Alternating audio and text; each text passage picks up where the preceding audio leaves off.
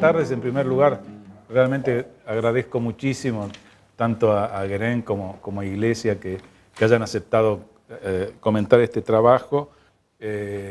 Si bien esto, digamos, está empezando a resumir todo un conjunto de investigaciones hechas desde hace mucho tiempo, que se iniciaron allá cuando yo estaba en el Museo Mitre. Realmente ahora la idea es poder dar alguna mirada nueva sobre los materiales, comenzar a trabajar, digamos, desde una posición distinta y forma de alguna manera parte de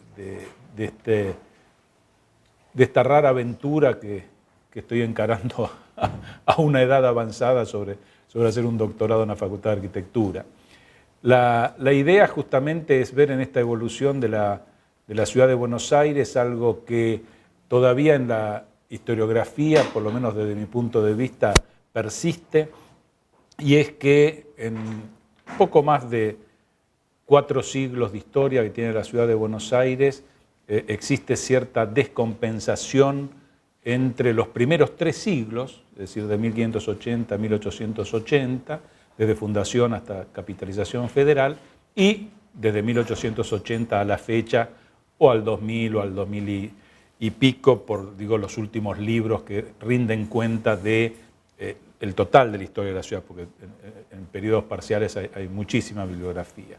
Lo cierto es que, digamos, en los libros que toman la historia de la ciudad de Buenos Aires en su conjunto, esos 3 primeros siglos no suelen ser más de una tercera parte del libro, digamos, que los trata, y por el contrario, ese siglo y monedas que se da desde 1880 ya para esta fecha, es decir, prácticamente lo duplica en cantidad de capítulos y de referencias. Es decir, que hay 3 siglos de historia que han quedado bastante minimizados, por así decirlo, frente a lo que fue el crecimiento, evolución, modernización de la ciudad de Buenos Aires a partir de que es capital federal.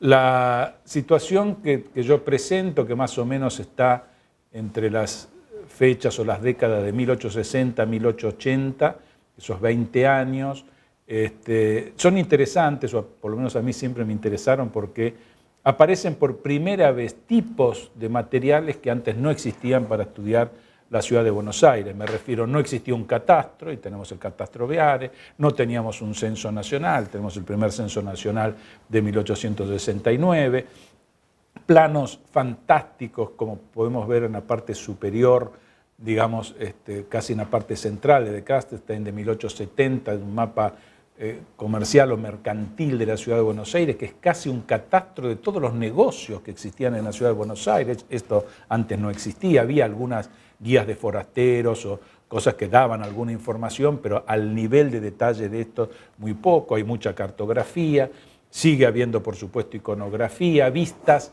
que incorporan la altura, ¿no? a las clásicas miradas. Ustedes habrán visto que la ciudad de Buenos Aires siempre ha sido una ciudad mirada desde el río. Mirada desde el río en la cartografía incluso, lo cual es todavía más extraño, porque esto ha originado que la ciudad de Buenos Aires es una de las pocas que no tiene orientación norte en su cartografía. Ahora en la actualidad hay algunos planos que siguen con esta mirada que fue instalada en la iconografía desde la de Winsbaum, digamos la primera que conocemos sobre la vista de Buenos Aires.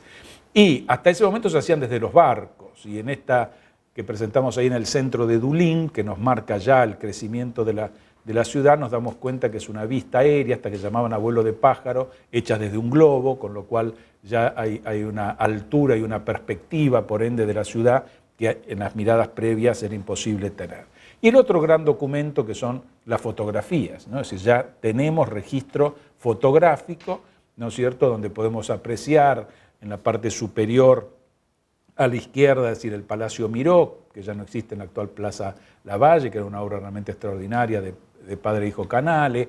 En la parte inferior, bueno, cómo era la aduana Taylor, la estación de tren, cómo era el Cabildo en su expresión, digamos, completa, por así decirlo, o el Teatro Colón y demás, y podríamos seguir, digamos, con cantidad de imágenes.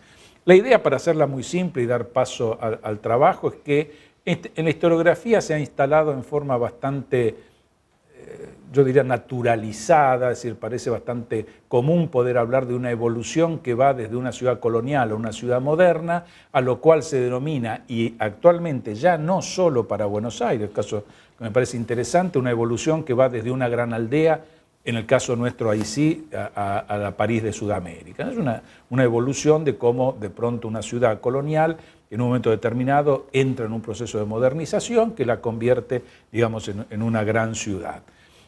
Haciendo la mirada inversa, digamos, desde la París de Sudamérica hacia atrás, la pregunta que nos hacemos es por qué requirió tener en su pasado, digamos, esta situación de gran aldea. Gran aldea no puede evolucionar hacia París de Sudamérica, digamos, primero y principal porque una gran aldea ya no puede evolucionar a otra cosa, más allá de ser una metáfora, es decir, yo lo presento como un oxímoron y al ser un oxímoron, lo interesante que es algo que no existe en la realidad, si no puede existir en la realidad, con lo cual de alguna manera fue una estrategia de anular, digamos, ese pasado y de presentar la modernización como un proceso ex nihilo, es decir, un proceso que hasta ese momento no había nada en la ciudad y se genera el proceso de modernización, lo cual fue acompañado por una muy prolija y profunda desmaterialización, al punto que evidentemente ya a pocos años de arrancado el proceso de modernización, no quedó nada de esos 3 siglos previos de la ciudad.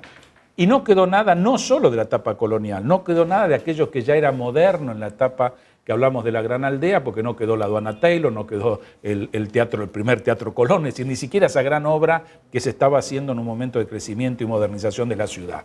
Se hizo a nuevo, se borró, digamos, las huellas previas. Por eso es que a mí se me ocurre esta idea de que hay metáforas, porque la ciudad de Buenos Aires ha recibido varias metáforas, ¿no? De la Atenas de Sudamérica, la Gran Aldea, la París de Sudamérica. Es decir, hay metáforas que entran en pugna, es decir, que se entienden en tanto uno las ponga en confrontación una con otra. Cada una de ellas tiene su definición per se, digamos, cuando uno dice la París de Sudamérica entiende algo, cuando dice la Gran Aldea entiende algo, pero cuando yo confronto la Gran Aldea con la París de Sudamérica en la diacronía, o confronto la Gran Aldea con otras metáforas que se han dado para la misma época a la cual se refiere la Gran Aldea, y me aparecen que la ciudad de Buenos Aires está referida como una Babilonia, como un infierno, como una ciudad que estaba en un proceso de ebullición y de cambio excepcional, lo primero que uno se plantea, acá está pasando algo, ¿no? Es decir, entonces, la idea es ver cómo podemos de alguna manera sacar este filtro de Gran Aldea que condiciona la mirada, que de alguna manera nos hace ver a esa ciudad de una determinada manera, porque, para mostrarlo gráficamente, yo puedo decir, entre 1860 y 1880 hubo un gran proceso de modernización, pero eso se dio siendo una gran aldea. Ya lo estoy minimizando, ya le estoy poniendo un techo, ya lo estoy relegando a decir todo lo que pudo haber pasado, fue importante, pero no dejó de ser una gran aldea, con lo cual hay un achatamiento indefectible y una consideración, digamos, muy fuerte que tiñe, digamos, todo lo que se pueda decir sobre ese periodo. Entonces, bueno, la idea es tratar de ver y poner en compulsa si esto fue exactamente así o fue un recurso de la historiografía y nos permite ir como descubriendo o haciendo visible aquello que de esta metáfora se trató de hacer invisible, ¿no? Con esta metáfora que digo, no casualmente es un oxímoron, por lo cual es algo que no puede existir en la realidad como una gran aldea. Esto es la idea para arrancar el trabajo y que puedan los... fíjense en esta foto final, es decir, los grandes referentes de la modernización, la Avenida de Mayo, la Casa de Gobierno, por tomar la edificación pública, ¿no? Es decir, el Congreso, tribunales o el nuevo Teatro Colón, y vemos en la parte de abajo, es decir, todo aquello que fue desapareciendo, desapareció el Cabildo, ¿no? Es decir, después tuvimos que reconstruir algo que trató de imitar lo que era el Cabildo, casi como una maqueta, desapareció el fuerte, desapareció la Recoba, se desmaterializó aquella ciudad previa a esta modernización. Bueno, eso simplemente como para tener esta situación dada. No quisiera dejar de hacer mención al comienzo de esta evaluación del trabajo de Rodolfo de algún acontecimiento importante. El acontecimiento importante es el cambio que yo he notado como historiador en las actividades historiográficas de la Facultad de Arquitectura. Creo que ahora un hito muy importante son los dos proyectos de Sabugo a partir del 2009. Haber lanzado proyectos Subasít de esta naturaleza, alejados de la materialidad, ligados al imaginario. Esto ha permitido contar con que no se consideren aberrantes, sino muy por el contrario, trabajos sobre la prostitución, como el de Horacio, en la ciudad, trabajos sobre el cine, trabajos sobre el tango del propio Sabugo, trabajos sobre las metáforas, que es el que vamos a comentar hoy. Y esto me parece algo sumamente saludable. La otra acotación es que yo he leído esto como un libro que se está haciendo. Es evidente que este trabajo no es autosuficiente. Justamente Rodolfo lo acaba de decir, hay una estructura de metáforas. Desde 1920 la lingüística nos dice que el signo vale por los signos que interactúan con el signo. Por lo tanto, tenemos que seguir con otras metáforas de Buenos Aires, donde se van a ir aclarando una serie de cosas.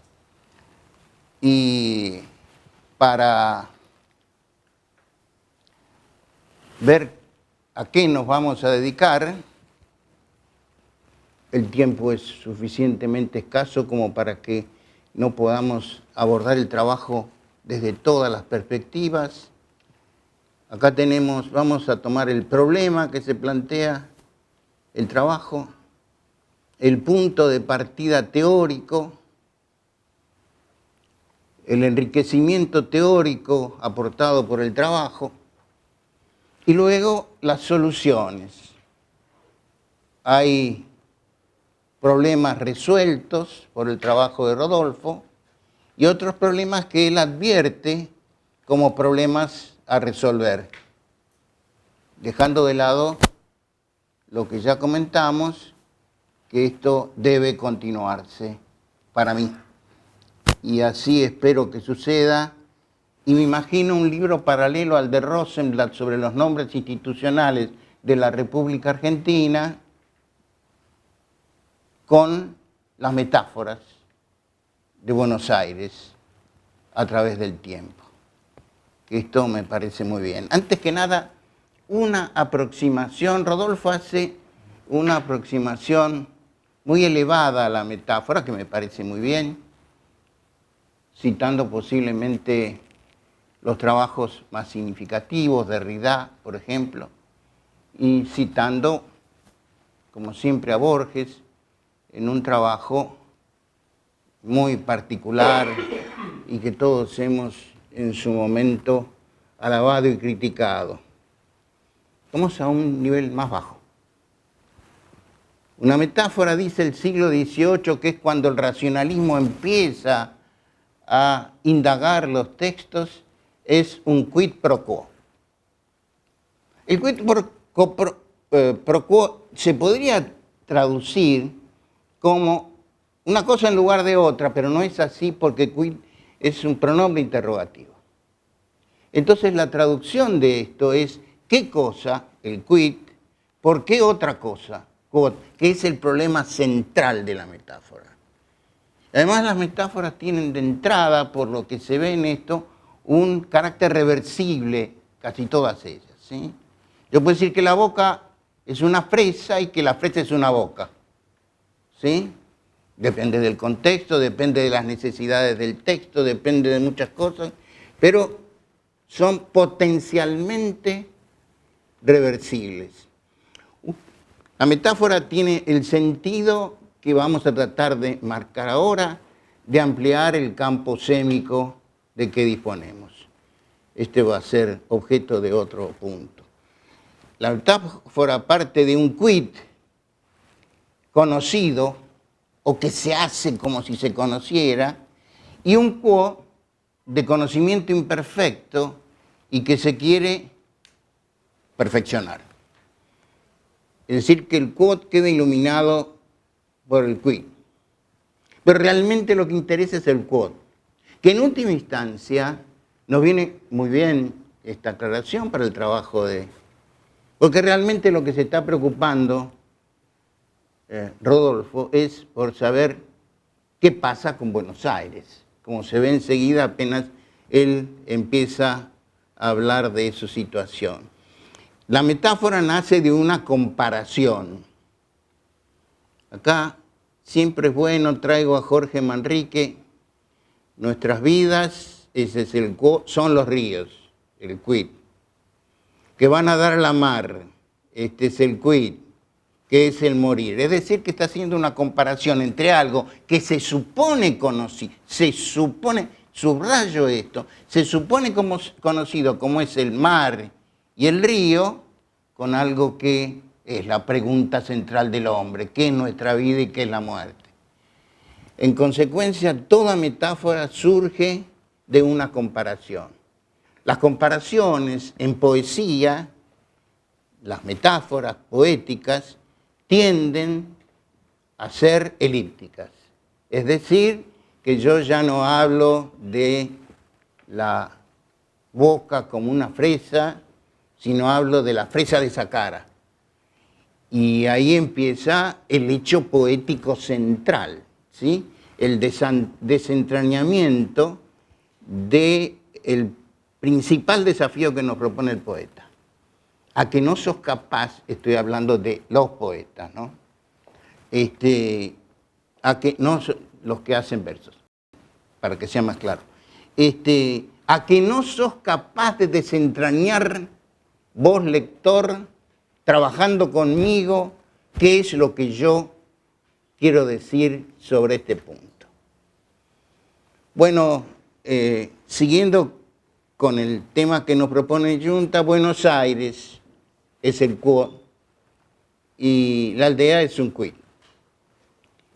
Y Buenos Aires es un quod y Buenos Aires es grande. Y ahí, como él dice, esto puede ser un oxímoron o puede no serlo, que es un poco lo que vamos a tratar de ver. Entonces, el esfuerzo principal es identificar cómo se está viendo la ciudad de Buenos Aires a través de un texto fuertemente literario. Y acá vayamos a unos aspectos más teóricos. ¿Sí? Citamos a Manrique con los ríos y esto es viejísimo. Esto es viejísimo. Es de un presocrático, es de Heráclito, de Éfeso. En los mismos ríos entramos 2 veces y no entramos. Y no entramos, pero entramos. Bueno, yo charlaba el otro día con uno de mis amigos que para peor es gallego y le decía, nuestro problema es desentrañar, por ejemplo, en esto que se entiende por los ríos y que... Y él me decía, pero mira, Miguel, un río es un río. Y yo le decía, eso es un realismo ingenuo, es contrario a la ciencia, o a lo que queremos que la ciencia sea. Hombre, el río. Lo comento porque me causó gracia y porque realmente es la opinión con que nos movemos por la calle, ¿sí? Deme unos caramelos. El tipo no se pone a hacer metafísica del caramelo. Simplemente me da un caramelo, me dice que no tengo, y en consecuencia en la vida cotidiana nos movemos con el realismo ingenuo, pero se supone que estamos haciendo algún intento de hacer ciencia.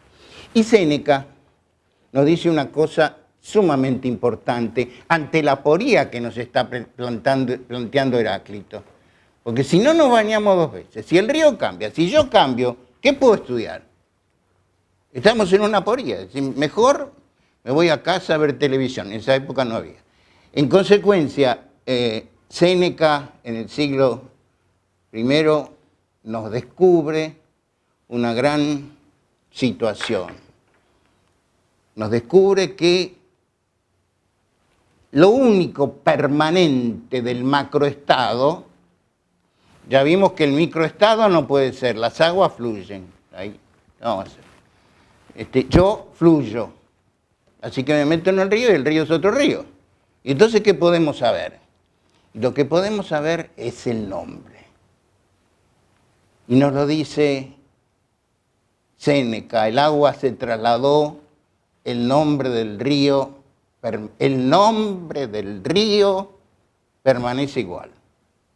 Es decir que evidentemente el Sena hace milenios que no es el Sena. Desde la época de los romanos cambió, es otra cosa.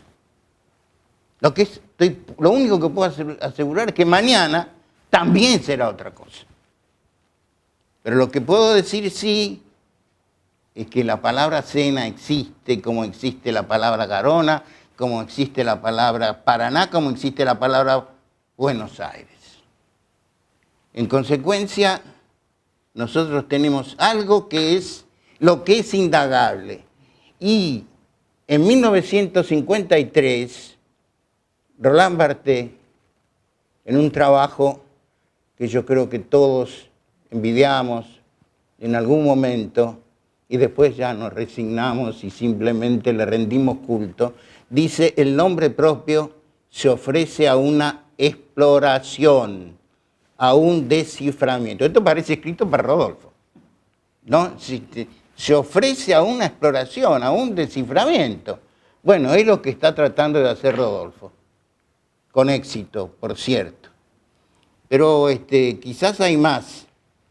Borges da una síntesis casi perfecta del pensamiento de Séneca en una de sus composiciones más conocida, porque ha sido cantada por mucha gente, que es la milonga de Jacinto Chiclana: señores, yo estoy cantando lo que se cifra en el nombre. Es decir, que el nombre tiene per se una información que, como dice Barthes, tengo que investigar, que es, insisto, lo que está haciendo Rodolfo. Bien. Se plantea en otro aspecto que las metáforas no solo son muchas, dice Rodolfo, sino que están en pugna. Y yo diría, no hay nada en el mundo sociocultural que no esté en pugna. El movilizador, el motor del mundo sociocultural es la confrontación. Y esto está dicho desde hace muchísimo, como lo vamos a ver ahora con Heráclito. En algunos casos puede ser conflicto, en algunos casos puede ser guerra, en algunos casos puede ser muerte, pero en el mundo sociocultural siempre hay confrontación. En consecuencia, nosotros deberíamos pensar el mundo sociocultural como un conjunto de resultantes de confrontaciones.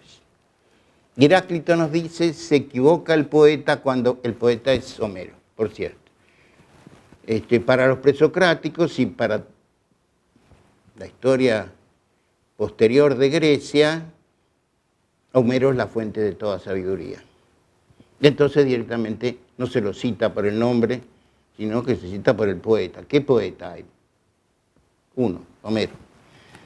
Se equivoca el poeta cuando pide que cese la discordia.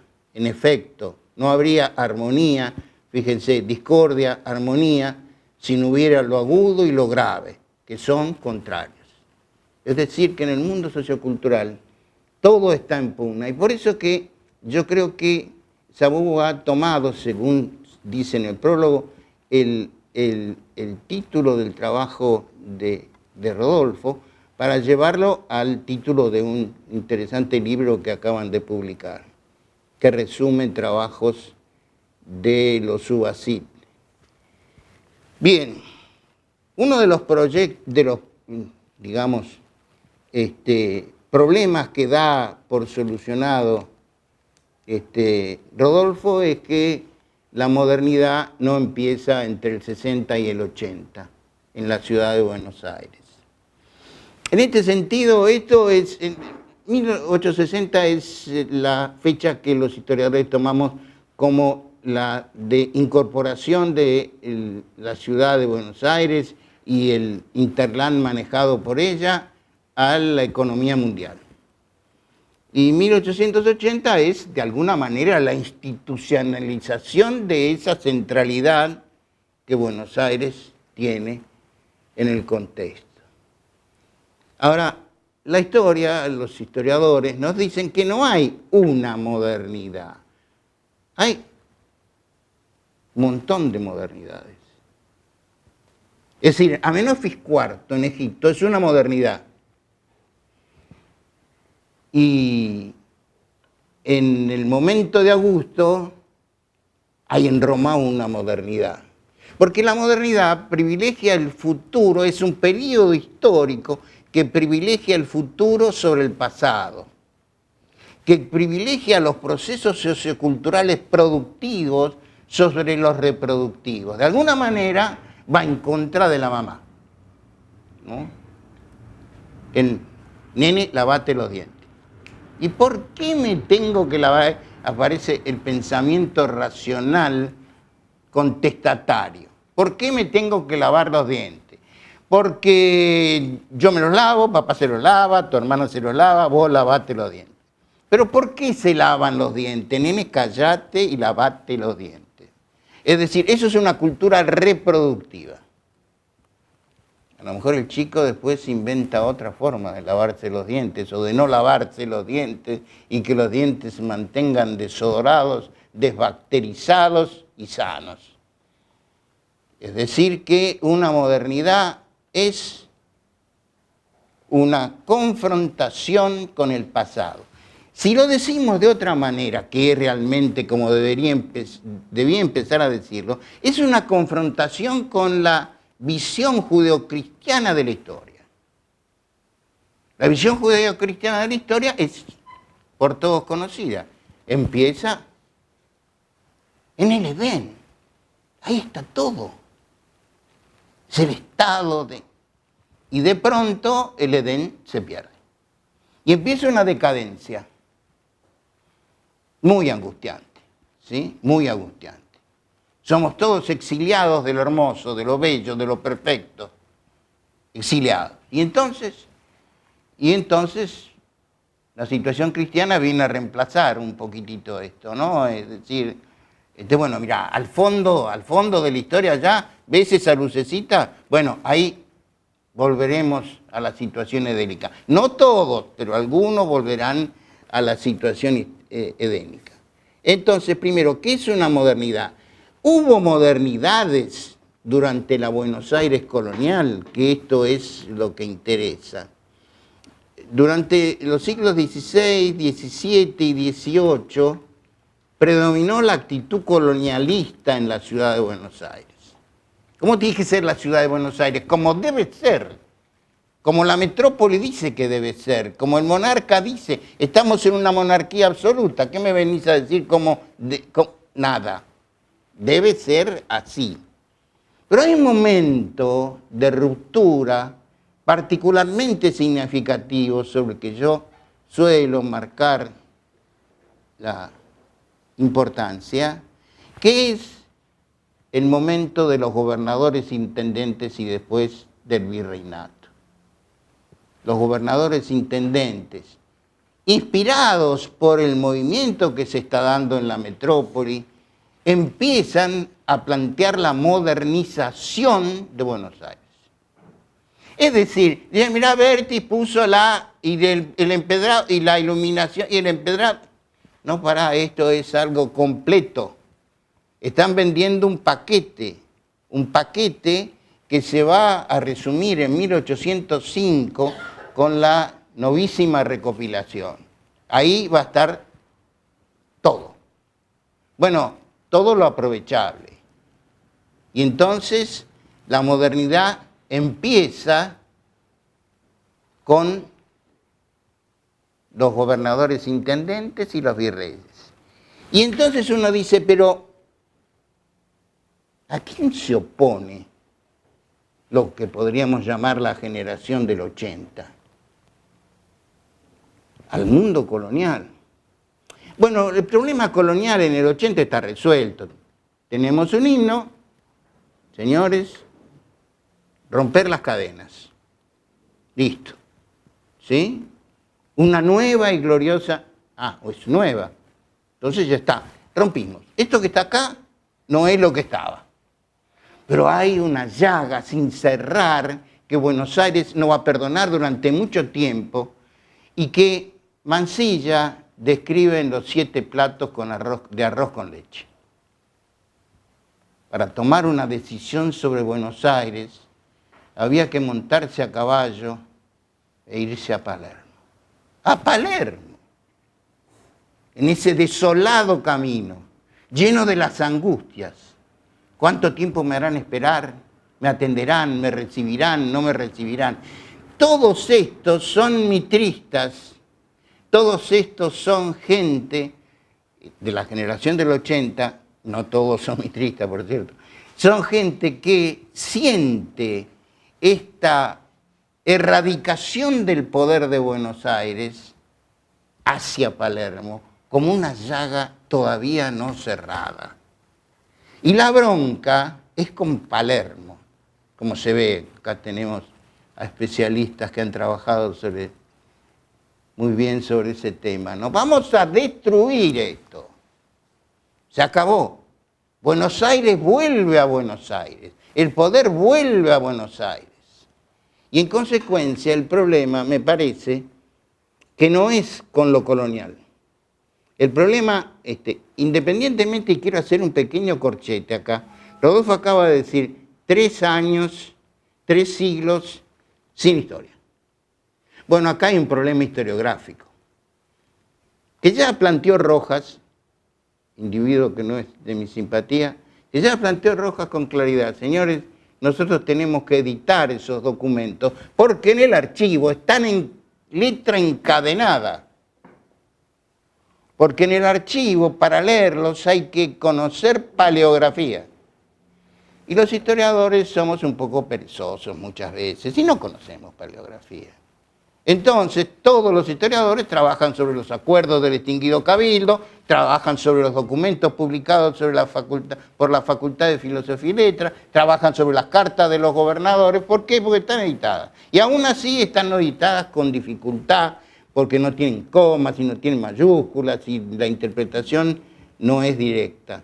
Entonces esa también es una situación de impronta sobre por qué esa diferencia de magnitudes en cuanto a la preferencia por los estudios del siglo XVIII y XIX en la historia.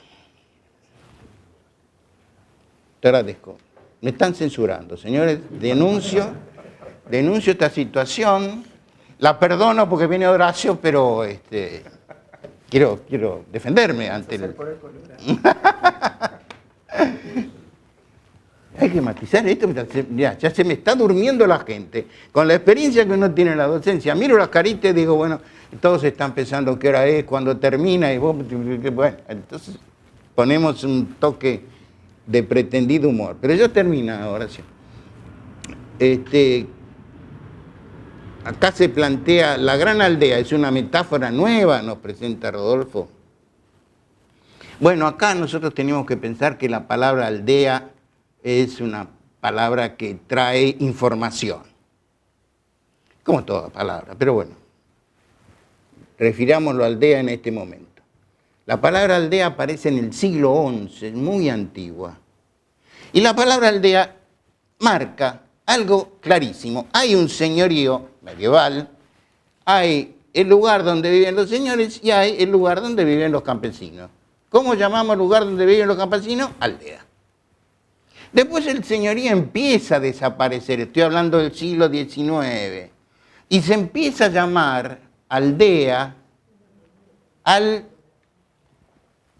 los pequeños núcleos habitacionales del campo. Hay notable, recuerdo siempre, siempre lo cito, pero bueno,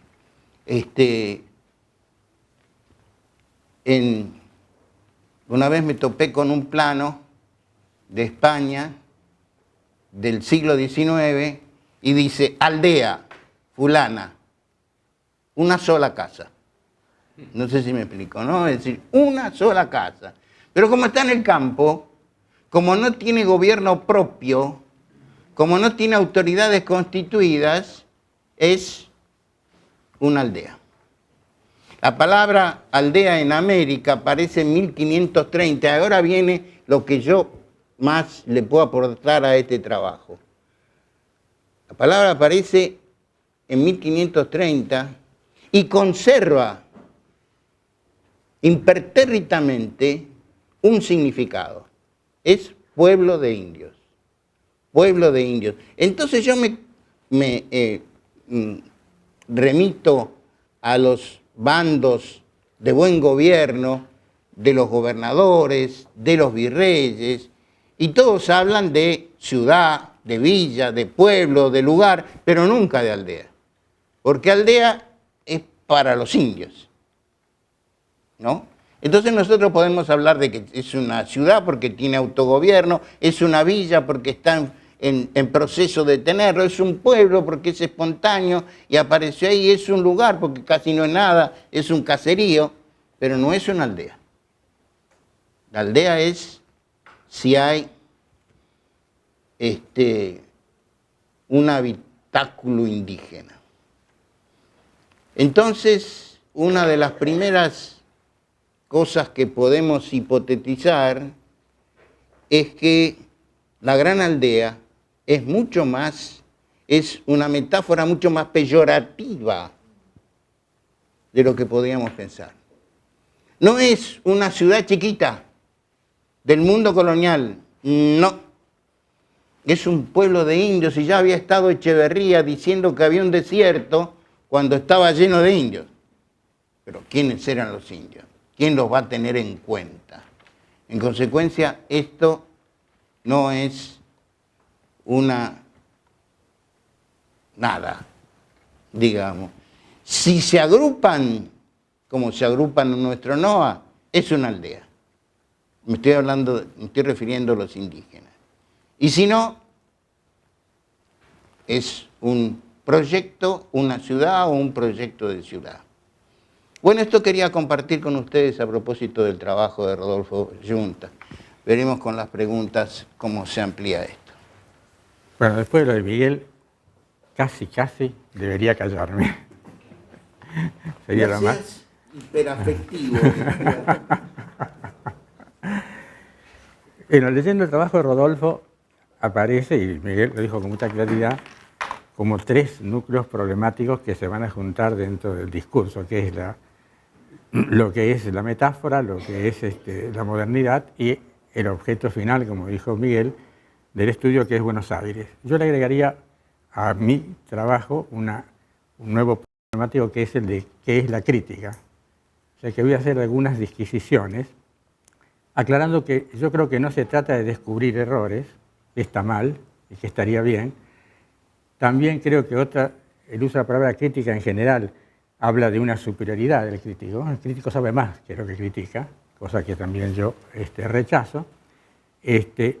Desde entonces la crítica ha sido usada, desde la televisión hasta los trabajos más eruditos, desde lo que Foucault llama la alta empresa kantiana, la supercrítica, y la charla de café o cualquier panel de televisión, que pueden juzgar cualquier cosa y además decir cualquier cosa, al juzgar cualquier cosa.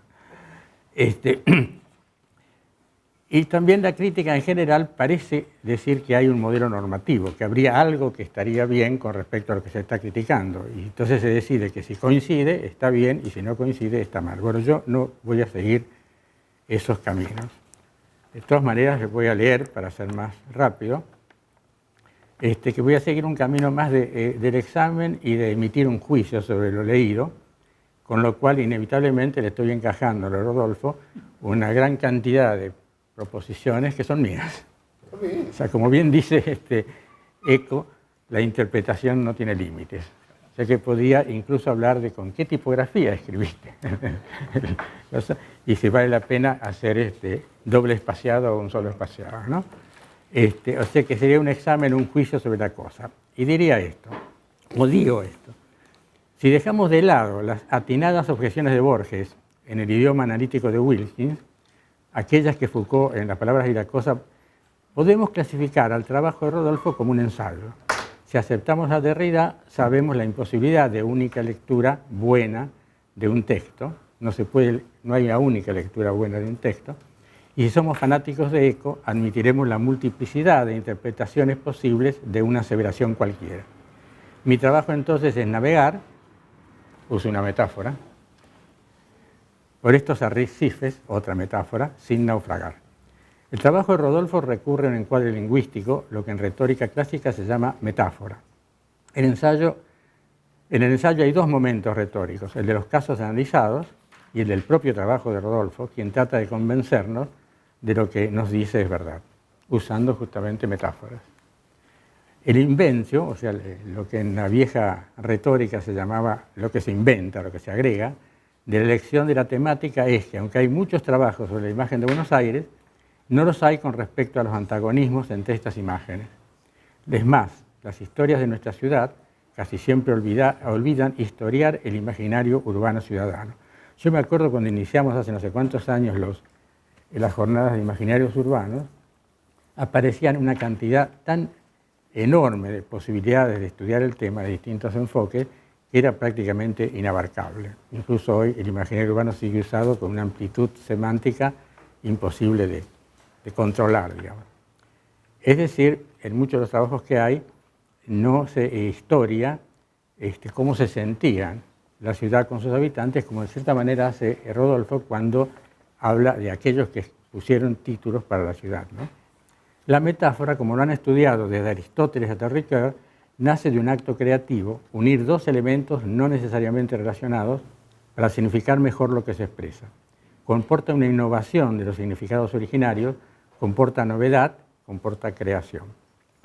La metáfora es un enunciado que constituye una predicación no pertinente en relación con la referencia habitual de los términos y que genera así una nueva referencia, pero también un nuevo sentido.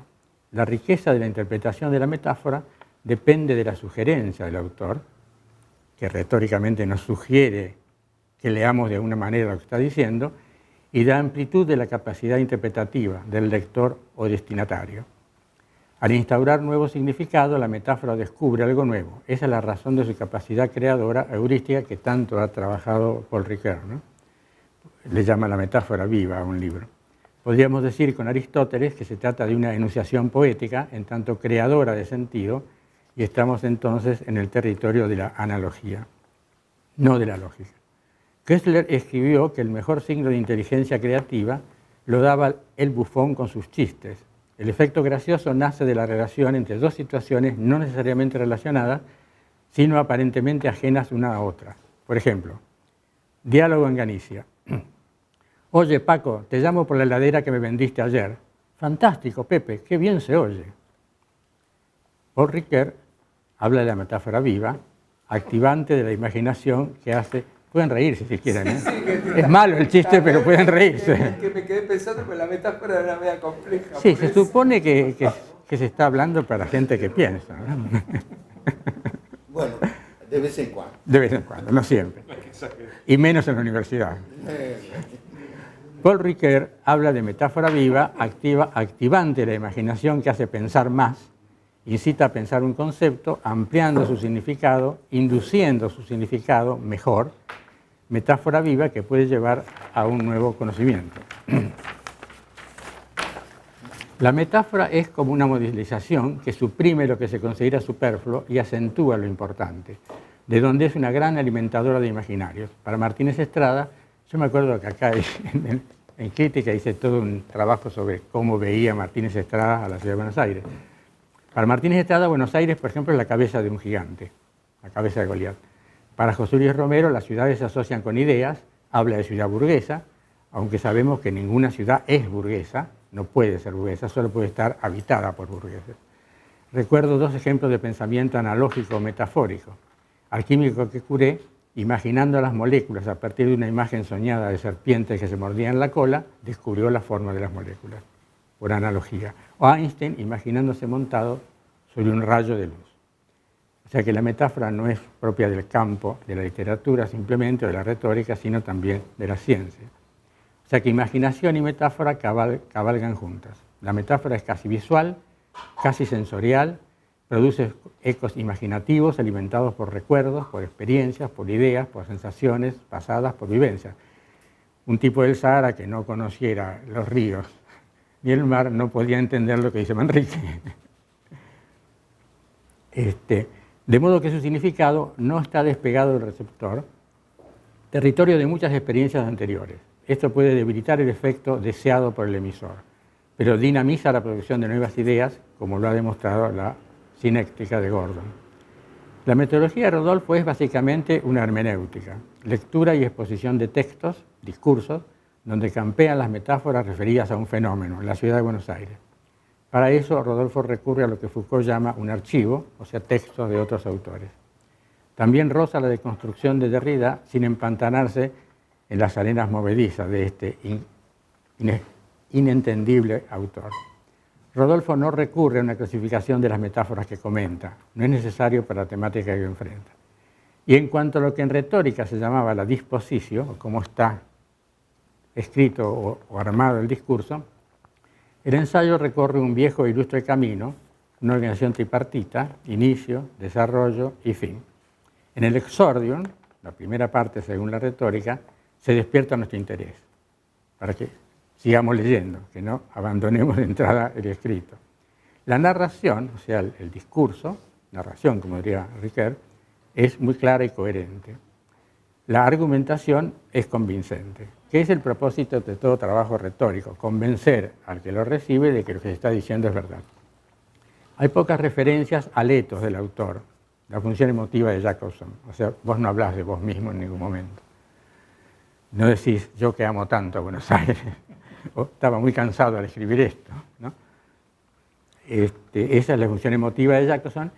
Hay muy pocas referencias al etos de él, y tampoco hay muchas referencias al patos de receptor, como decirle, lean con atención, muchachos, lo que estoy diciendo. Junta se juega al logos, a persuadir lógica y racionalmente. Un discurso muy bien redactado, sin ambigüedades, ni contradicciones, ni inútiles arborizaciones. Es una buena pieza literaria, se lee con gusto. Mi recomendación es que, siguiendo Ricoeur, en Tiempo y Narración, sería interesante indagar en el mimesis I de los discursos comentados, cosa que algo sugirió también Miguel, estudiar sus condiciones de producción, que en el trabajo se mencionan cuando se señala que algunos textos nacieron impulsados por la capitalización de Buenos Aires. También, siguiendo a Ricoeur, sería bueno estudiar la relación texto, discurso y receptor. Como todos sabemos, la interpretación es ilimitada y la metáfora debe ser comprensible, comprensión que puede ser distinta para cada receptor.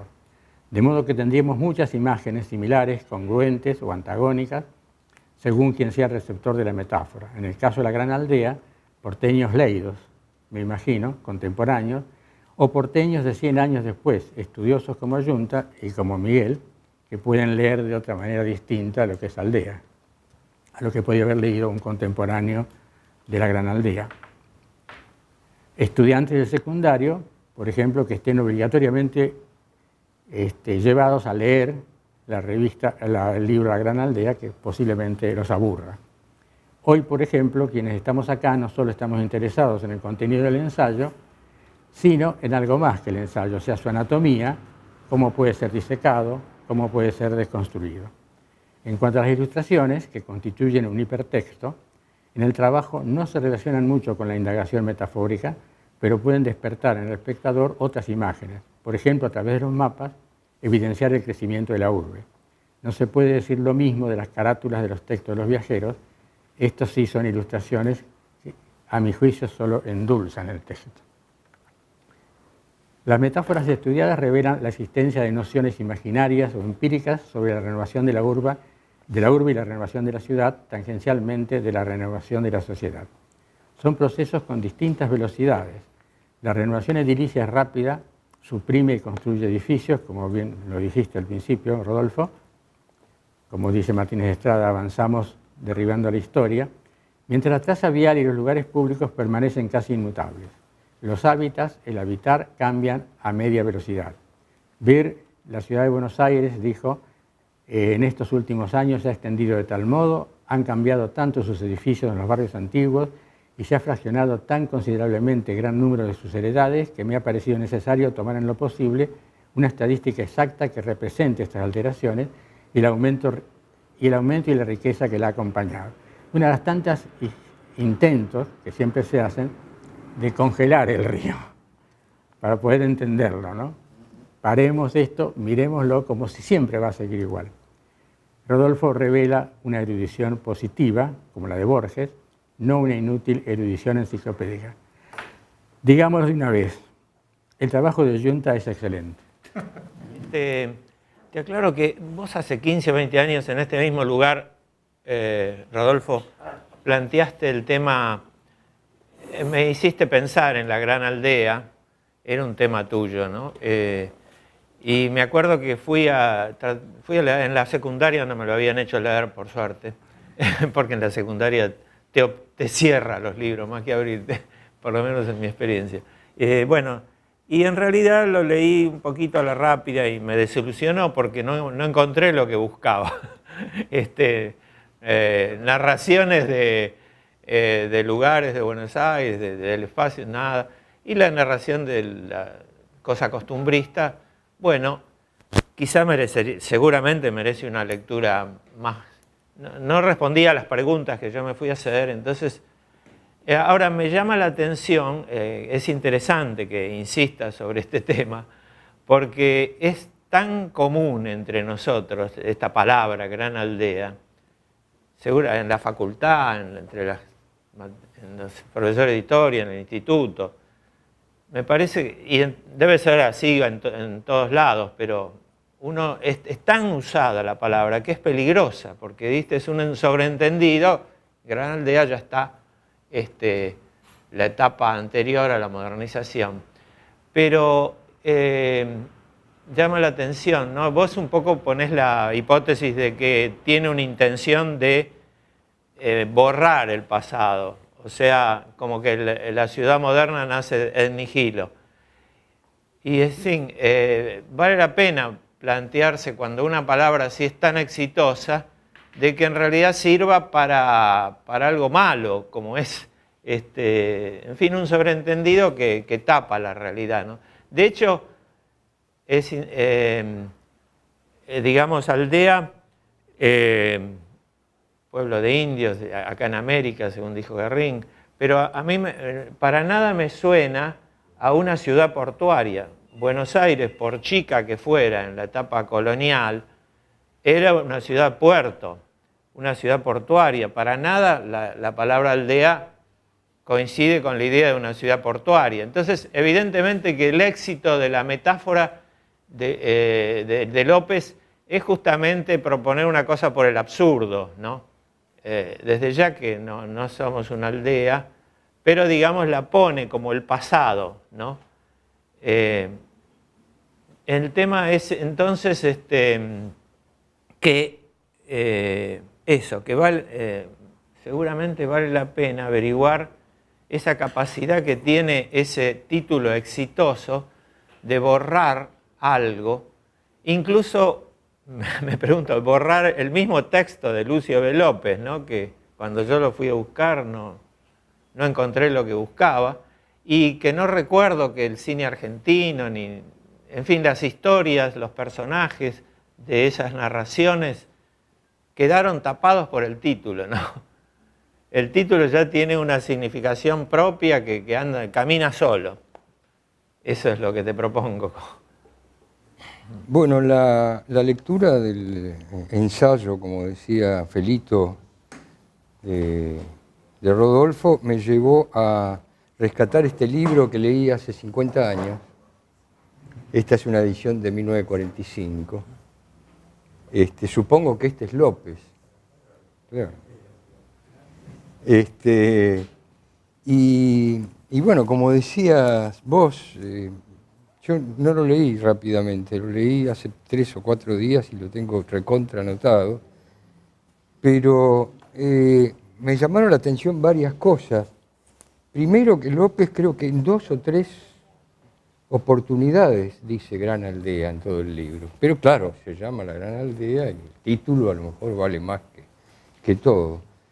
Pero cuando quiere dar cuenta de ese conglomerado urbano, de ese lugar de habitar, que era esas distintas Buenos Aires que él menciona, hay muy escasos datos urbanos que puedan sostener esa idea de Gran Aldea, o él usa 2 palabras, dice Gran Aldea y después dice Gran Capital. Él está en un momento dado, cuando muere la tía Medea, el empresario fúnebre, que es la persona que conoce los gustos de la gran capital, pero gran capital, dice, en la que prepondera la Gran Aldea. Y cuando López habla de Gran Aldea, en realidad está haciendo una representación fragmentaria de Buenos Aires, y no podemos darnos cuenta de la dimensión, si hablamos de dimensiones en todos los sentidos, tanto de extensión como de valor representativo. No nos podemos dar cuenta porque en realidad parece ser una visión de la burguesía porteña. Es más, es una visión del Partido Autonomista Nacional, al cual pertenece López, en realidad más autonomista, más alcinista, y siempre el giro, más que alrededor de la ciudad, es, bueno, como creo que un subtítulo era Costumbres, algo así, habla como de costumbres, de la ciudad habla muy poco. Yo no encontré cómo podemos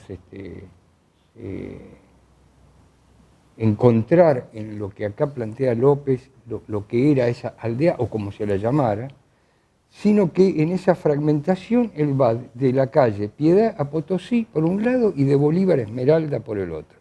Y pone un eje, el eje de esa cosa que él llamaba aldea y que después será la gran capital, o París de Sudamérica, o Atenas del Plata, él usa Atenas del Plata también, es la calle Victoria, 1862. O sea, Pavón, para él el eje es Pavón. Para mí la lectura que hice del libro es política. Acá es el mitrismo contra el urquicismo. Es decir, y los personajes, que es López, que ahí se hace llamar Julio, y el Pardo Alejandro, son el Pardo Alejandro netamente rosista, urquicista, como se lo quiera llamar, federal. Y López, que acá en la novela él se pone el nombre de Julio, es el hijo de un lomillero rosista.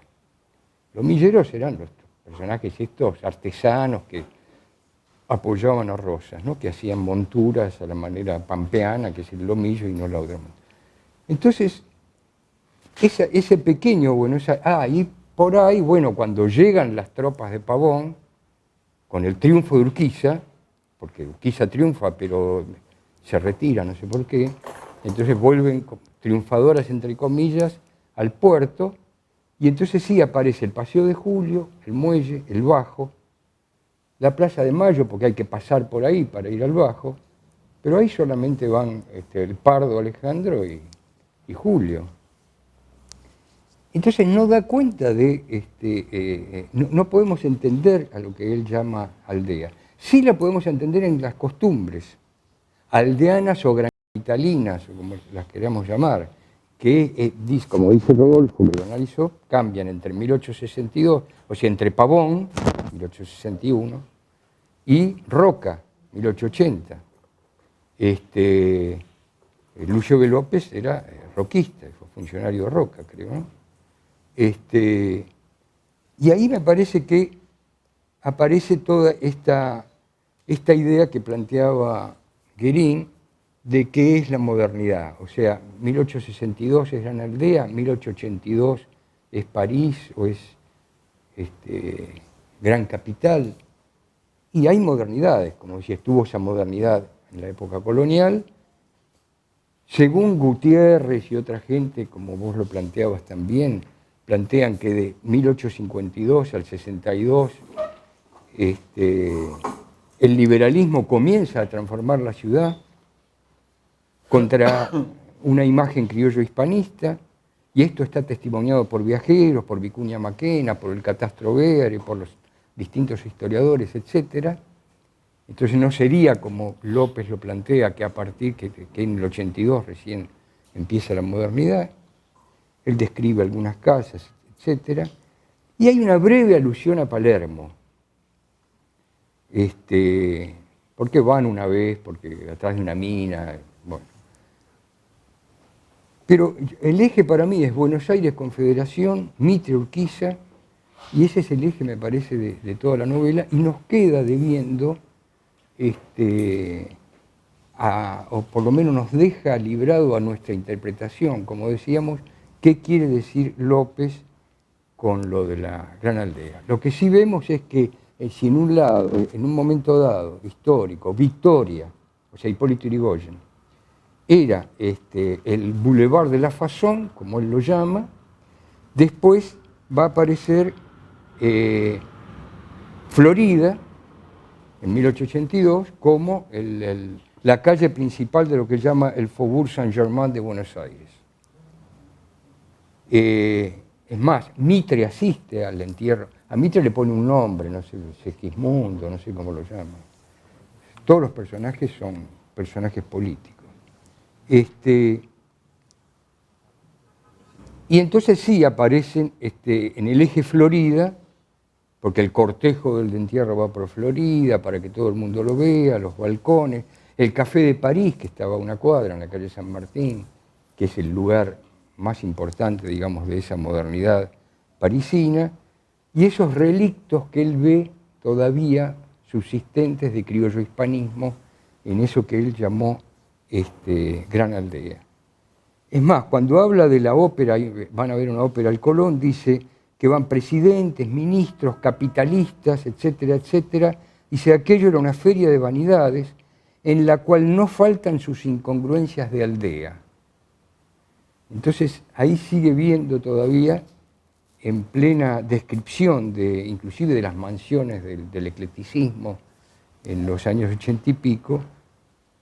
Y después otra cosa que me quedó, que no sé, por ahí vos podés responder, que Gran Aldea parece ser que no supone grande, sino gran en el sentido del superlativo. Es decir, López no da cuenta de una Buenos Aires en tanto grande. Por eso que un poco planteaba de esa representación fragmentaria de la burguesía porteña alrededor de la calle Victoria en un momento dado y de Florida en otro. Y como decía un poco el compañero acá que me precedió en el uso de la palabra, como se suele decir en las asambleas, en la lectura,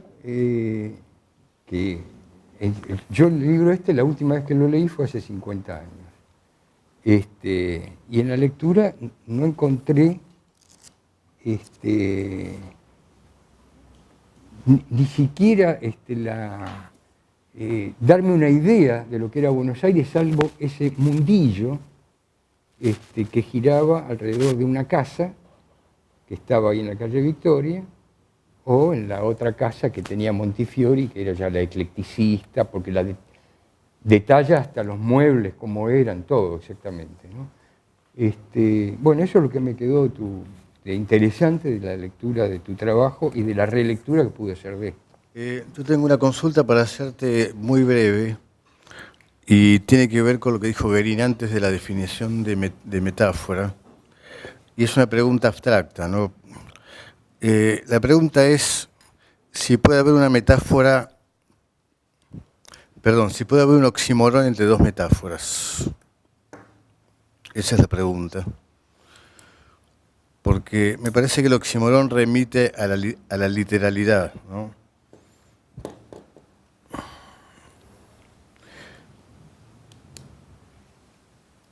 Digamos, si el oxímoron es entre la metáfora o entre el objeto de la metáfora, ¿no? Esa es la pregunta que te quería hacer. Bueno, como cierre y en primer lugar, realmente agradecer y muchísimo los comentarios hechos por Miguel y hechos por Felito, es decir, por el gran esfuerzo tomado en la lectura del trabajo y esa gran vocación que tienen los maestros por generar aportes, por generar estímulo, ¿no?, al trabajo. Es decir, que desde ese lugar me siento altamente gratificado porque me han dado una cantidad de elementos y herramientas para pensar, para reflexionar, para hacer, como dice Miguel, a partir de esta idea, que es la idea fundadora del trabajo de investigación, de lo que va a ser la tesis, justamente, bueno, el elemento teórico, digamos, a partir del cual poder trabajar, ¿no? Entonces, desde ese sentido, realmente agradezco mucho porque creo que a todas las situaciones que uno intenta pensar, como en este caso de tratar de ver estas metáforas en pugnas, todavía hay muchas más vueltas de tuercas para darle, como el concepto de aldea, dónde viene, por qué se trabaja de esa manera, y la ventaja también en lo que decía Felito de poder trabajar sobre los antagonismos de imágenes, sobre la ciudad, que hay muchas, que todavía es un campo fértil, digamos, para poder trabajar. Respecto a los comentarios, preguntas que se han hecho, me resulta muy interesante que, digamos, el trabajo nos haya remitido a pensar nuestra experiencia de lectura del texto de La Gran Aldea de Lucio López, ¿no? Es decir, me parece una situación interesante porque Lucio López esto lo empieza como fascículos escritos en un periódico, es decir, que apoyaba la candidatura de Pellegrini, es decir, el periódico Sudamérica, y eso después la imprenta Martín Viedma en el 84 decide publicarlo como novela, con este subtítulo que decías vos, Jorge, de Costumbres Bonaerenses, y a decir verdad, digamos, como texto, y esto lo digo estrictamente desde este lugar, por una cuestión de premura, así de que él tenía que estar entregando estos capítulos semanalmente, o no me acuerdo cómo se publicaban, es decir, lógicamente no se le puede pedir una calidad literaria extrema, porque realmente resultaba, y así todo, digamos, es una novela que tuvo una repercusión, y a mí lo que más me asombra, tiene. Es decir, yo he encontrado trabajos del 2014 donde analizan cantidad de cosas sobre la Gran Aldea, y más aún, es decir, que esto me llamó la atención, porque si bien José Luis Romero instala la idea esta de que hubo un proceso que va de una gran aldea a una ciudad moderna, y que pareciera ser que esto era exclusivo para Buenos Aires, porque este rótulo de Gran Aldea hacía referencia a la ciudad de Buenos Aires, ahora encontramos trabajos sobre Lima, trabajos, ¿no es cierto?, sobre otras capitales, Santiago en el caso de Chile y demás, donde los autores que analizan la evolución en el siglo XIX hablan de la evolución de una gran aldea o una ciudad moderna, así que incorporaron esto que parecía ser una forma de denominar este proceso, les viene bien y parece ser que es muy gráfica. Por eso a mí esta idea de metáfora muchas veces, yo añadiría a lo que también expuso Miguel, que la metáfora quizás es el antecedente del modelo, ¿no? Es decir, eso que después hicimos, ¿no es cierto?, ya en el siglo XX, fundamentalmente con la construcción de un modelo que intenta generar una explicación, con el problema que también sucede con la metáfora, que a veces confundimos el modelo con la realidad, es decir, el modelo con el que explicamos, es decir, ya lo tomamos como cierto, y esto que Foucault hablaba de los objetos teóricos, es decir, uno agarra una sociedad y dice está dividida en, es decir, ya lo tomo como un objeto que se puede operar como si existiera en tanto tal, ¿no? Entonces, Es decir, la metáfora tiene un poco esa situación de modelo que nos permite una explicación y nos dice algo más de la realidad de lo que empíricamente puedo percibir de ella. No, por eso, claro, porque nunca es.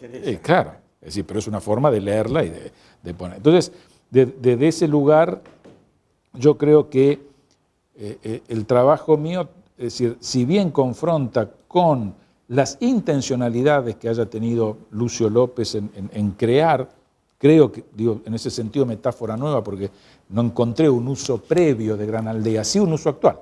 Es decir, hoy en día se habla de la Gran Aldea del mundo, ¿no? Se dice la Gran Aldea, es decir, está toda comunicada por internet y demás, y se habla de la Gran Aldea referido a todo el mundo, por el tema comunicacional, ¿no? Es decir, que es un término que se sigue usando, una metáfora, aplicada en este caso a otras cosas, pero no lo escuché antes, ¿no? Es decir, previo a López que se hablara de Gran Aldea.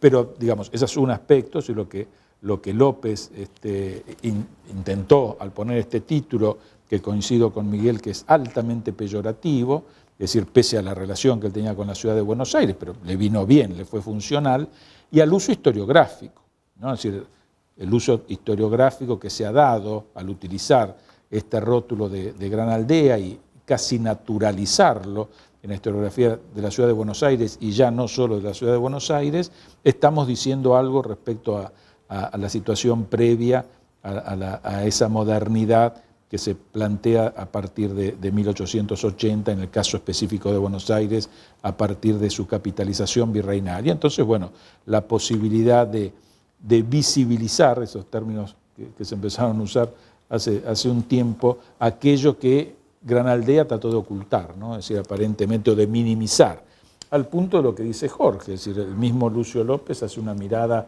absolutamente recortada, fragmentaria, de la ciudad. No es un libro que nos hable mucho de la ciudad, sí de la sociedad, sí de esta cuestión de fábula que arma alrededor del tío Ramón y sus dos matrimonios, y una excelente, a mi gusto, al menos una excelente forma de explicar el paso de una sociedad tradicional a una sociedad moderna, con estos dos casamientos, y que está reflejado en las dos casas, ¿no? Las dos casas son como una materialización de esos dos momentos, ¿no es cierto?, de un patriciado urbano y de una situación moderna en Buenos Aires.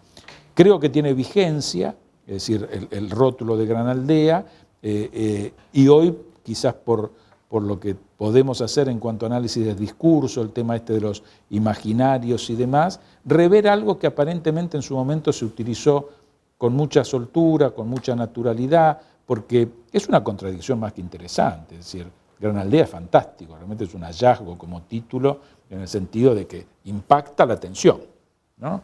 Tensión que además refleja la modernidad, ¿no? Porque Gran Aldea es algo dinámico, es decir, no es algo estático, ¿no? Si pone en tensión dos cosas, quizás dimensión y jerarquía, quizás esto es lo que está puesto en tensión, analizando estrictamente, digamos, el título de Gran Aldea, es decir, hay una dimensión escasa, o una dimensión grande puede crecer, pero sigue siendo escasa su jerarquía, y ahora creo yo que está bueno poder rever, digamos, la visión historiográfica y el periodo, porque la visión historiográfica hizo que, cuando analizamos el periodo, tratábamos de buscar la comprobación material. Recuerdo el trabajo de Pancho Liernur, El umbral de la metrópoli, dice, bueno, puede ser que era una Buenos Aires que se armaba y se desarmaba como un mecano, entonces lo que aparecía desaparecía. Entonces estaba tratando de ver si la materialidad reflejaba esto que el discurso quería decir con esto de Gran Aldea, ¿no? Dice, sería más parecido a un Far West, una ciudad de Far West, que a una gran metrópoli, ¿no? Quizás por eso esta imagen de Gran Aldea.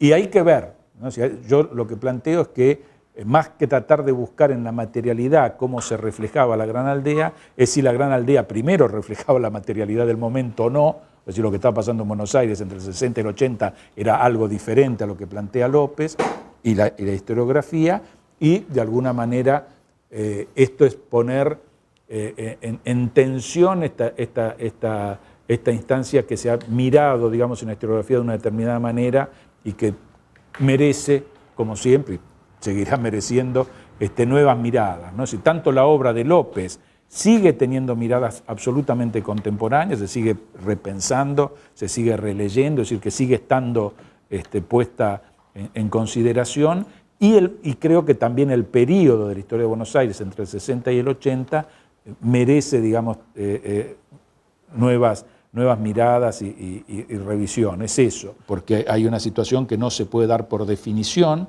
es decir, no existe algo que pueda ser una gran aldea porque por definición una aldea chica. Punto. Es decir, es una situación referida estrictamente a esta metáfora, digamos, ¿no? Es decir, y eso quiere decir algo.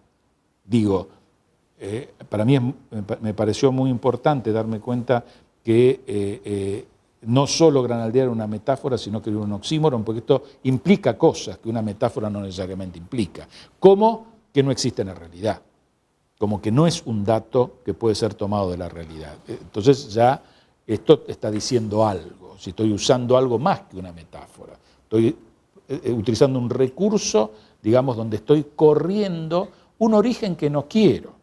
Digo un poco lo que hizo Tito Livio, ¿no? Es decir, con Adurbe Cóndita, el tipo dice, ¿de dónde vienen los romanos? Bueno, inventamos Eneas que llega, Rómulo y Roma, lo conecto a lo griego. Acá, digamos, si este pasado no existió, yo puedo decir que nosotros tenemos como origen, aunque sea de modelo, no genéticamente, digamos, hablando, a París. Yo estoy tomando elementos de París, ¿no es cierto?, que voy a poner en práctica. ¿Cuál es mi bronca? Porque en última instancia, es decir, estando en el doctorado, Felito, contra algo uno pelea, ¿no? Porque es este el tema, ¿no? En las investigaciones uno pelea contra algo.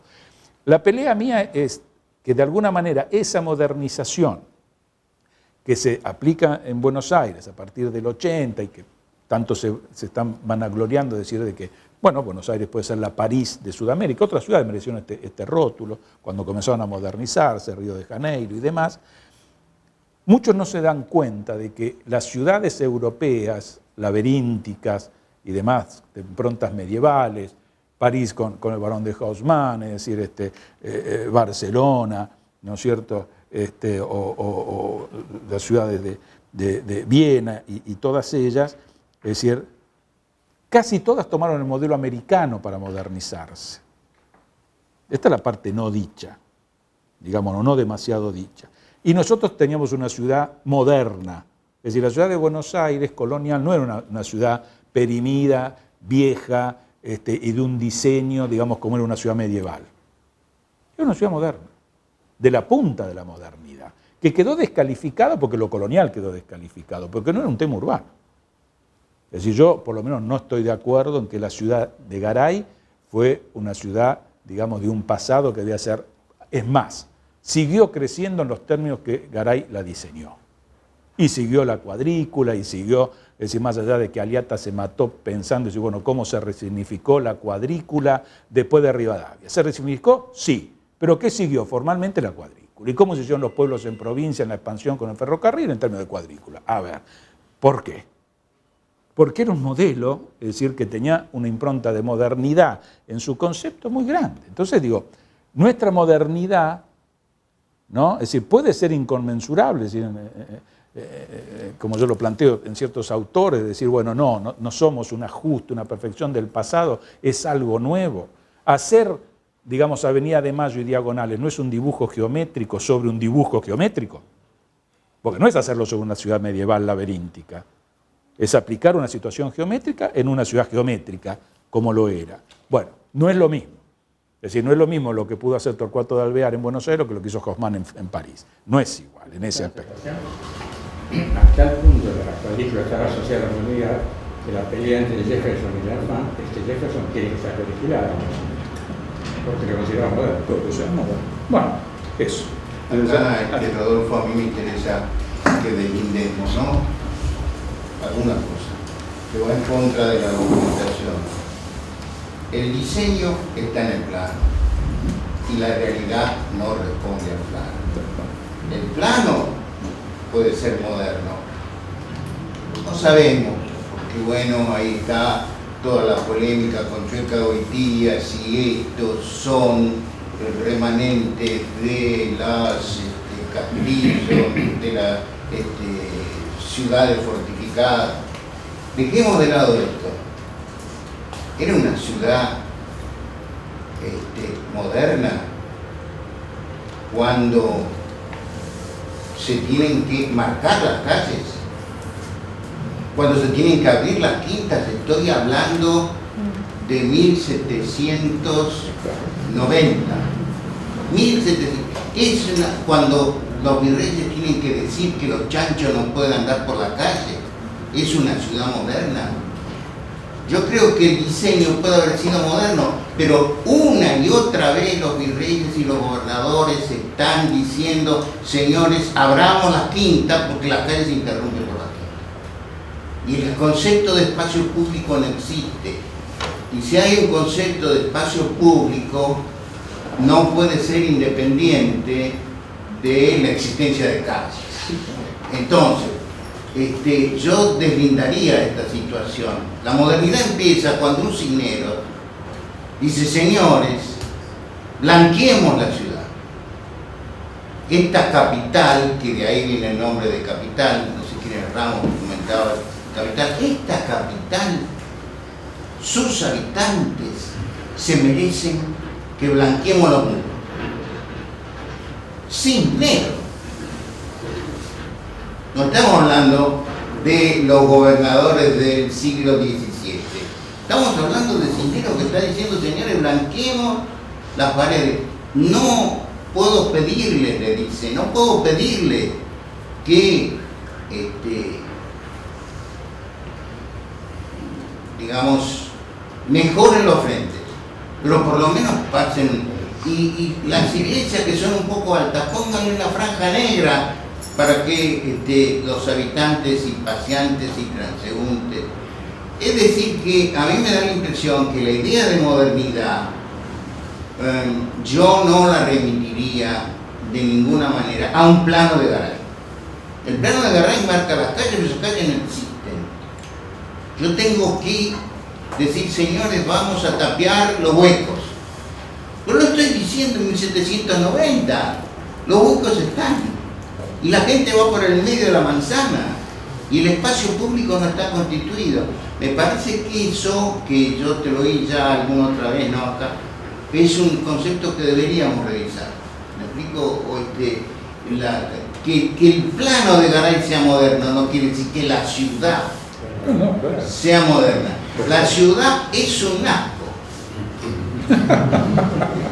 La única forma de que entendamos: los chanchos andan por la calle, los perros se tiran a la calle, los animales. ¿Cómo? En los charcos que había. En los charcos, y el olor a podrido de todas las cosas, y la gente dice: señores, respetemos los arrayales. Y nadie respeta los arrayales y tiran para la calle. Y estamos pensando en hacer las calzadas, como ellos llaman a las veredas. Estamos pensando en hacer las calzadas en 1790. Se necesita el poder virreinal. A mí me parece que la modernidad tenemos que buscarla ahí. Y tenemos que buscar la modernidad que de alguna manera está rechazando, que está buscando La Gran Aldea, esta novela, está buscando una modernidad política. Está buscando: señores, nos sacaron la capacidad de decidir sobre esta ciudad. Se lo llevaron a Palermo. Reitero lo que ya dije: traigamos la. Y cuando la traen, se siente contento. El hecho político que marcó Ramos me parece muy importante. Es una situación de que, bueno, volvemos al hogar, volvemos a la situación. Respecto de esto, digamos, la poesía no se hace de oxímoron normalmente, porque ya bastante confusión tienen las metáforas para agregarle los oxímoros. Es decir, no es cuestión de ser un poeta surrealista, ahora que están tan de moda, por lo menos volver a leerlo los surrealistas franceses y los surrealistas argentinos. Pero si yo, por ejemplo, respecto de un rostro, digo que es un desierto, eso es una metáfora. ¿Sí? Bien. Pero si yo digo que es un desierto manchado de fresa, La fresa también es una metáfora por boca. ¿Me explico? Y ahí tengo dos metáforas que están en una relación de oxímoron. Es posible hacerlo, lo que pasa es que, no sé, a menos que sea un poeta muy surrealista, pienso en estos momentos en Orozco, en fin, me da la impresión de que alguno de ellos podría haber llegado a construir una situación así. La poesía es fuertemente aditiva, ¿sí? Metáfora tras metáfora, y todas convergiendo en un mismo, que generalmente el motivo está en el título, ¿no? Entonces pongo una metáfora, pero lingüísticamente yo creo que no hay ningún inconveniente poner dos metáforas en oxímoron. Bueno, el mote de surrealista corre para quien lo haga. Yo quiero hacer una observación respecto a esto que se hablaba. A mí me resultó muy cómodo, hablando de Buenos Aires y de lo que ocurrió en Buenos Aires en la maestría, el separar conceptualmente modernidad de modernismo y de modernización. Modernidad se aplica bastante bien a lo que pasa en Europa con la revolución industrial, todo, y se aplica muy mal en América Latina, porque no está en el mismo contexto histórico. Entonces ahí puedes hablar de modernización. Un ferrocarril es modernización. ¿Qué es modernidad? Queda la pregunta. Porque se va juntando aspectos de modernización que aluden, citan la realidad con aspectos del educar que siguen siendo de la no modernidad. Por ejemplo, no hay proletariado. Siempre la modernidad. Entonces, diferenciando modernización de un hecho práctico, muy de acuerdo. de modernismo, que sería la ideología, yo estoy por lo moderno, caiga quien caiga, en caso de pensamiento. Aunque no llegue. Aunque no llegue a pensamiento, de la modernidad en el sentido general, se dice una cosa que explica mucho de cosas. Puedo especialmente hablar de grupos como la realidad, que es un disparate, hablar del espíritu de él. Entonces, ya sabés a qué se referís. Estás tantos fenómenos hablados y dejar de lado tantos otros fenómenos. Bueno, es una esperanza en el futuro, toda modernidad es una esperanza en el futuro, ¿no? Eso seguro, es futurista. ¿No? Es decir, digamos, rojo o negro, apuesto al rojo, apuesto al cambio, apuesto que en el futuro todo será mejor. Ese es el aspecto ideológico, el modernismo. La modernidad, como se usa para decir, por ejemplo, el peligro del siglo XVIII, XIX, la modernidad, como la usa Pancho para decir, yo voy a hablar de una arquitectura de modernidad, es una siena, no podés definir. No, hay que argumentar. Creemos estos aspectos marcan el espíritu de la época. ¿Y qué es el espíritu de la época? Justamente el espíritu de la época, desde otro punto de vista, sería justo lo que no pasa en el libro de vidrio, lo que es más habitual, porque el libro de vidrio son excepciones. El libro de negro es una sola cosita, y todo lo que pasa ahora entonces no es espíritu de la época. Así que ahí hay una contradicción que yo creo que se puede superar separando lo que es modernismo, lo que es modernización y lo que es modernidad. Claro, y si no, crear la palabra. Y crear la palabra, que es más difícil. Bueno, disculpen, pero tenemos que ir cerrando. Pues, No sé, bueno, muy bien. bueno, muchas gracias, Rodolfo. Haciendo una cosa.